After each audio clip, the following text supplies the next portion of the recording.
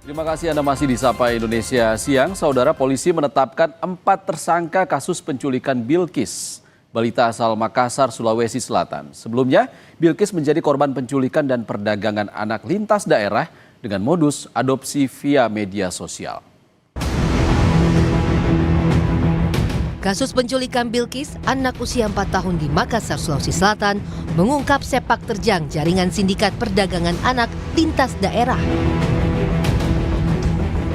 Polisi menangkap 4 tersangka, yaitu 3 perempuan, SY asal Makassar, NH asal Sukoharjo, MA asal Merangin, dan seorang pria inisial AS asal Merangin. Bilkis ternyata dijual dengan modus adopsi via media sosial. Setelah diculik di Makassar, Bilkis dijual kepada tersangka asal Sukoharjo dengan harga 3 juta rupiah. Bilkis lalu dibawa ke Jambi dan dijual kepada tersangka MA dan AS seharga 15 juta rupiah. Setelah itu, Bilkis dijual kembali ke kelompok lain seharga 80 juta rupiah. Para tersangka ternyata sudah berulang kali memperdagangkan anak via media sosial. Keduanya mengaku telah memperjualkan 9 bayi dan 1 anak melalui TikTok dan WA. Tentu saja apa yang kita laksanakan pengungkapan ini, kami akan terus mengembangkan dan berkoordinasi dengan Barreskrim. Polisi mengungkap, dalam aksinya, pelaku sengaja mendekatkan anak kandungnya kepada Bilkis, agar Bilkis tidak merasa curiga saat hendak diculik. Sejauh ini diketahui, tindak pidana perdagangan orang ini adalah untuk kepentingan adopsi. Nah, modus yang dilakukan sendiri juga cukup profesional, yaitu mendekatkan anak kandungnya kepada si korban, gitu, sehingga bermain begitu ya. Nah, begitu sudah mulai akrab bermain, lalu korban dibawa begitu. Nah, ini juga menunjukkan satu modus yang memang tidak biasa gitu ya. Tadi ada dijelaskan beberapa modus, tetapi ini juga salah satu modus di mana memberikan pancingan kepada korban untuk bisa mendekat secara cepat, yaitu dengan sesama anak kecil. Dari pelaku yang sudah kami tangkap, ini modusnya memang modus untuk adopsi. Jadi mereka membuat surat yang seolah-olah asli begitu, sehingga orang yang mengadopsi pun menganggap itu seperti adopsi yang asli. Gitu. Nah, ini yang perlu diwaspadai, karena kalau sampai orang beranggapan bahwa ini adopsi asli, mereka akan mengeluarkan biaya yang disampaikan oleh pihak pelaku tadi, dan mereka membayar seolah-olah itu sudah legal gitu ya. Tapi ternyata belum. Jadi modusnya itu modus untuk adopsi. Nah, terkait dengan jaringan internasional atau akan digunakan untuk kejahatan lainnya, kami masih melakukan pendalaman terhadap hal ini. Penculikan Bilkis pada 2 November 2025 terekam kamera CCTV. Dari situ, jajaran Polrestabes Makassar menelusuri jejak tersangka, termasuk jejak digital mencurigakan melintasi sejumlah daerah. Setelah 1 pekan hilang, Bilkis akhirnya ditemukan dalam kondisi selamat di Jambi dan langsung dikembalikan kepada orang tuanya pada Minggu 10 November. Sehat walafiat, tidak kurang suatu apapun, alhamdulillah. Haru Pak, haru. Saya pikir bermacam-macam pikiran, kenapa anakku ini, kenapa ada apakah fisik apa atau gangguan bagaimana, pasti ada ya pikiran begitu di setiap orang tua. Ya alhamdulillah tidak ada, katanya sudah diperiksa dari pihak Polrestabes, dokternya katanya sudah periksa, alhamdulillah aman dari segi psikologis dan fisik. Polisi masih mendalami kasus ini untuk mengungkap jaringan lebih besar. Para tersangka dijerat pasal 83, junto pasal 76F Undang-Undang Perlindungan Anak dan pasal 2 Undang-Undang Tindak Pidana Perdagangan Orang dengan ancaman hukuman maksimal 15 tahun penjara. Tim Liputan Kompas TV. Mencegah terulangnya kasus penculikan anak, pemerintah Provinsi Sulawesi Selatan akan memperketat pengawasan di ruang publik. Selain kamera pemantau atau CCTV, petugas keamanan juga akan berjaga di tempat umum. Kasus penculikan Bilkis, anak usia 4 tahun di Kota Makassar, Sulawesi Selatan, menjadi perhatian semua pihak, termasuk pemerintah daerah. Untuk mencegah kasus serupa kembali terulang, pemerintah Provinsi Sulawesi Selatan akan memperketat pengawasan di ruang publik dengan menambah kamera pemantau atau CCTV.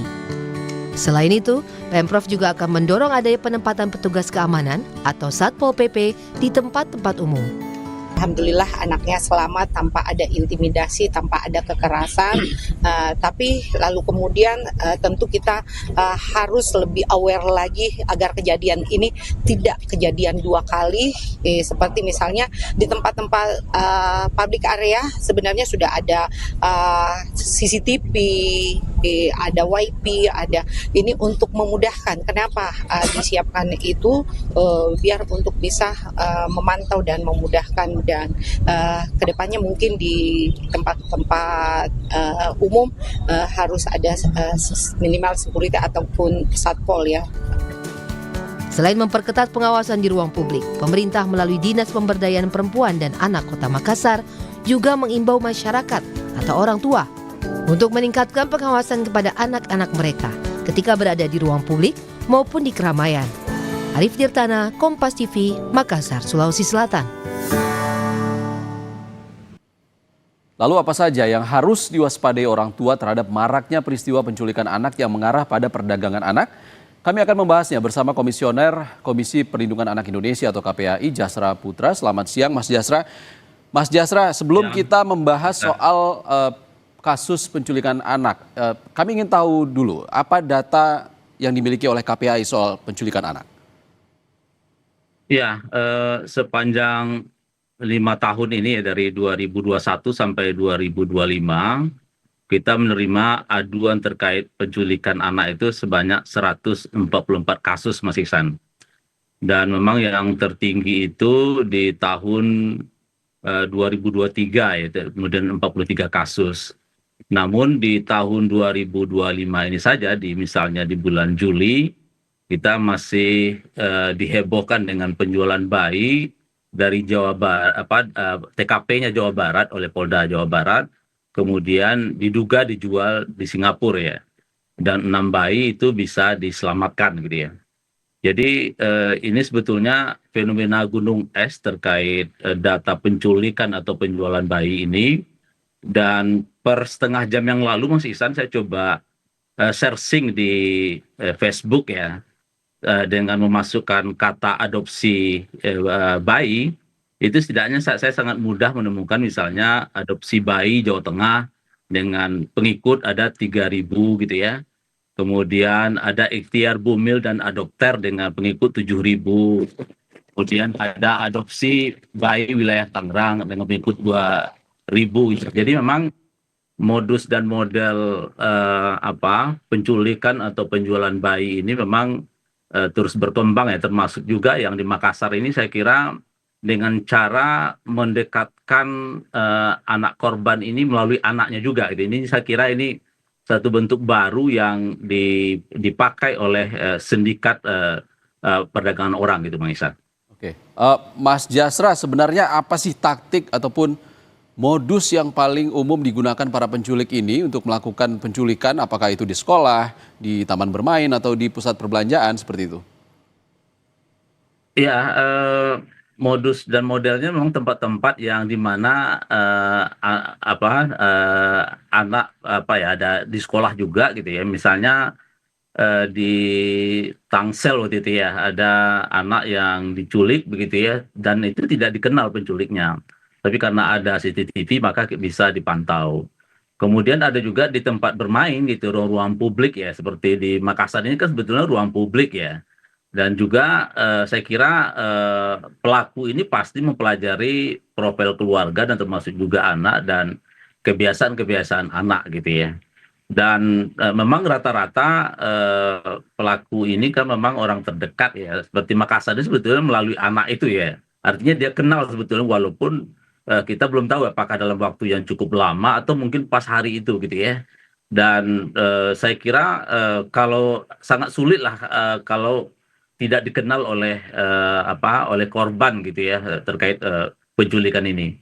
Maka di dalam data KPAI sebetulnya kalau ada laporan kita mendalami apakah keluarga ini keluarga berkonflik, bercerai atau keluarga utuh. Nah, kalau keluarga utuh ya berarti yang seperti itu terjadi di Makassar. Tapi ada juga kasus-kasus yang masuk ke KPAI itu misalnya penculiknya adalah bapaknya atau keluarga bapaknya atau sebaliknya. keluarga ibunya gitu, Mas Ihsan. Oke, Mas Jasra, pola usia dari data KPAI, pola usia balita yang menjadi target itu seperti apa sih sebenarnya? Ya, jadi dari 144 kasus penculikan ini kita bagi dua ya. Kalau terkait adopsi atau adopsi ilegal ya, melalui media sosial atau melalui lembaga kesejahteraan sosial asuhan anak yang ilegal gitu, itu biasanya usia-usia 5 tahun ke bawah atau balita gitu ya. Tapi kalau terkait prostitusi anak, eksploitasi seksual anak itu usia-usia remaja ya, 10 tahun ke atas gitu ya.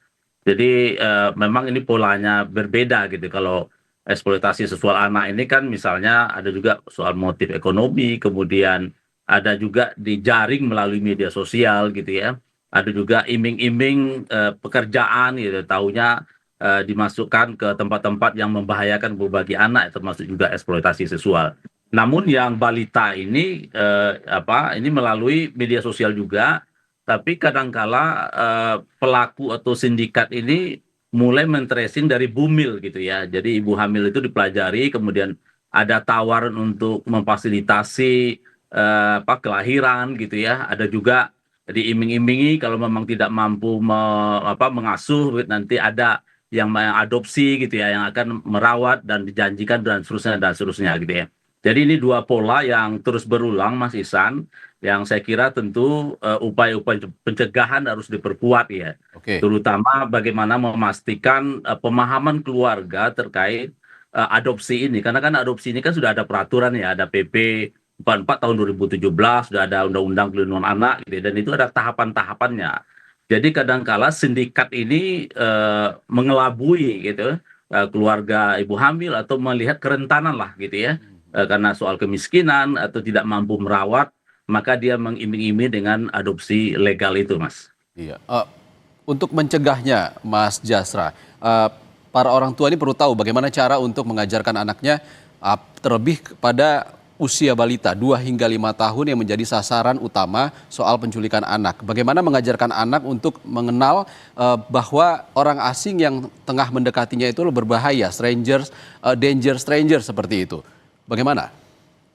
Ya, saya kira usia balita ya sesuai dengan periode usianya tentu harus diajarkan lingkungan terdekat anak. Keluarga besar itu siapa saja, keluarga yang inti itu siapa saja. Termasuk juga kalau memang sudah masuk ke PAUD gitu ya, atau TK, itu juga diajarkan siapa saja guru-guru yang ada lingkungan. Jika ada penjemputan itu siapa gitu ya, dan juga dikomunikasikan juga kepada sekolah terkait penjemputan itu. Itu satu hal. Kemudian yang kedua, tentu diajarkan juga ke anak untuk tidak percaya atau dekat dengan orang yang tidak kita kenal gitu ya. Siapapun itu gitu ya. Jadi tetap ditanamkan dan diberikan contoh-contoh betapa bahayanya kalau orang yang tidak dikenal lalu akrab dan seterusnya. Tapi ini tidak mudah ya, karena usia anak balita itu kan usia anak yang mudah dipengaruhi secara psikologis gitu ya. Sudah diiming-imingi dan bahkan bisa diintimidasi juga kalau memang tidak ada pengawasan yang langsung gitu ya, atau ada kerentanan itu gitu ya. Nah, yang ketiga saya kira tentu kalau memang terutama lingkungan-lingkungan kota atau taman-taman publik gitu ya, saya kira harus ada penjaga yang bisa memantau secara CCTV. Kalau Jakarta itu kan tersedia ya, di RPTRA itu tersedia pengelolanya, kemudian tersedia penjaga dan termasuk juga CCTV yang bisa memantau itu. Dan jangan lupa juga biasanya kan lingkungan-lingkungan padat ini kan ini ada kerentanan gitu ya. Mungkin karena asik bermain gitu ya, kemudian keluarga juga asik juga bermain juga, pada akhirnya anak terabaikan. Jadi saling kenal di lingkungan warga itu penting juga. Biar kita saling menjaga gitu, saling mengingatkan, karena kita tidak tahu ya dari kalau taman publik itu kan terbuka aksesnya siapapun gitu ya. Nah, disinilah kerentanan-kerentanan yang harus kita waspadai, dan termasuk juga tadi ya mengajarkan kepada anak supaya tidak cepat akrab ya dengan dengan siapapun itu, termasuk juga usia anak yang saya kira penting diajarkan kepada anak-anak kita gitu. Ya, peran orang tua dan juga sekolah sangat penting di sini ya. Terima kasih Mas Jasra Putra, Komisioner KPAI sudah berbagi pandangan bersama kami di Sapa Indonesia Siang. Terima kasih, Mas.